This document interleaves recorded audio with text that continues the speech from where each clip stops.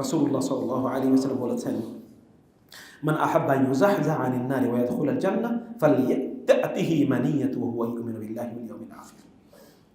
কেউ যদি চায় সে জাহান্নাম থেকে মুক্তি পাক, জান্নাতে প্রবেশ করুক, তাইলে সে যেন এমন অবস্থায় মারা যায় যে আল্লাহর প্রতি ঈমান এনেছে এবং আখিরাতের প্রতি ঈমান এনেছে। তার ঈমানটা যেন আল্লাহর প্রতি পাকাপোক্ত থাকে, আখিরাতের প্রতি পাকাপোক্ত থাকে। আপনার একটা বিপদ হয়েছে, এই বিপদে আপনি আল্লাহ সুবহানাহু ওয়া তাআলার কাছেই প্রথম ফিরে যান কিনা, অথবা আল্লাহর কাছে আপনার কষ্টের কথাগুলি তুলে ধরেন কিনা, আল্লাহর জন্য সিজদা লুটিয়ে পড়েন কিনা, অথবা আল্লাহর জন্য ধৈর্য ধারণ করেন কিনা। এটা হচ্ছে ঈমানের পরিচয়।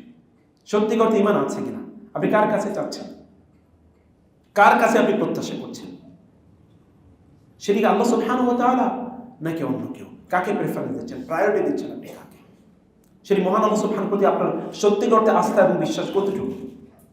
তিনি যেটি করছেন সেটি তো আল্লাহ সুবহানাহু ওয়া তাআলা আপনার কল্যাণের জন্য করছেন। যাই হচ্ছে না কেন, আপনি তো কিছুই জানেন না। অতএব আল্লাহর প্রতি আপনার বিশ্বাসটা আসলে কোন লেভেলে, অথবা সত্যিকার অর্থে আসলে আপনি আল্লাহকে চেনেন কিনা? আমি তো ড্যাম শিওর অধিকাংশ লোক তারা আল্লাহকে চেনে না, কারণ আল্লাহ বলেছেন ওয়া মা কাদারুল্লাহ হাক্কা কাদরি।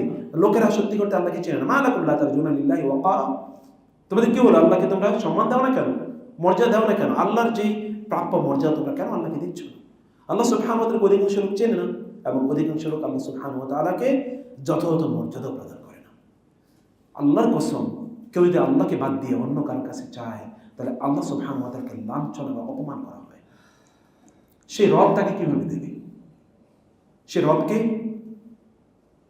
সে পাশ কাটিয়ে অন্য কাউকে সে প্রার্থনা করছে। রব এর সামনে আপনার বস, যিনি আপনাকে কাজ দিচ্ছেন, চাকরি দিয়েছেন, তার সামনে আপনি অন্য কাউকে বলছেন, ভাই আমার একটা প্রমোশনটা দেন না, একটা আমার প্রমোশনটা দেন না। পরিস্থিতি কোথায় গিয়ে দাঁড়াবে? সম্মানিত ভাইরা, আল্লাহ সুবহানাহু ওয়া তাআলার কাছে আল্লাহর প্রতি বিশ্বাস, আখিরাতের প্রতি বিশ্বাস লোকদের জীবন একটা ভিন্ন স্টাইলের। বিশ্বাস করুন, যারা আখিরাত কেন্দ্রিক তাদের জীবন যাপন করে, ওর দিকে তাকালেই বুঝতে পারবেন লোকটা আখিরাতমুখী। আর একদল লোক আছে, তাদেরকে আপনি মসজিদ মাদ্রাসায় ঘোরাফেরা করলেও দেখবেন এগুলো সব দুনিয়ামুখী।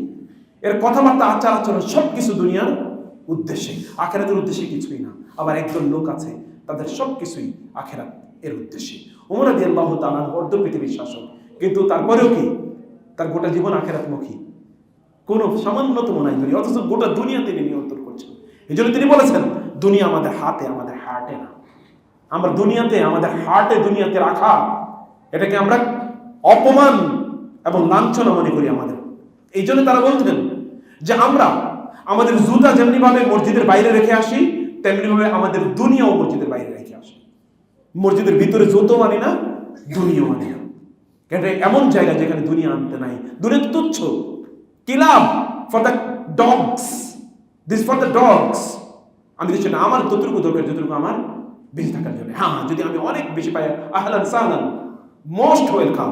আমি সেগুলোকে আল্লাহর সাথে আমার সম্পর্ক আরো কিভাবে বৃদ্ধি পাবে তার জন্য করবো।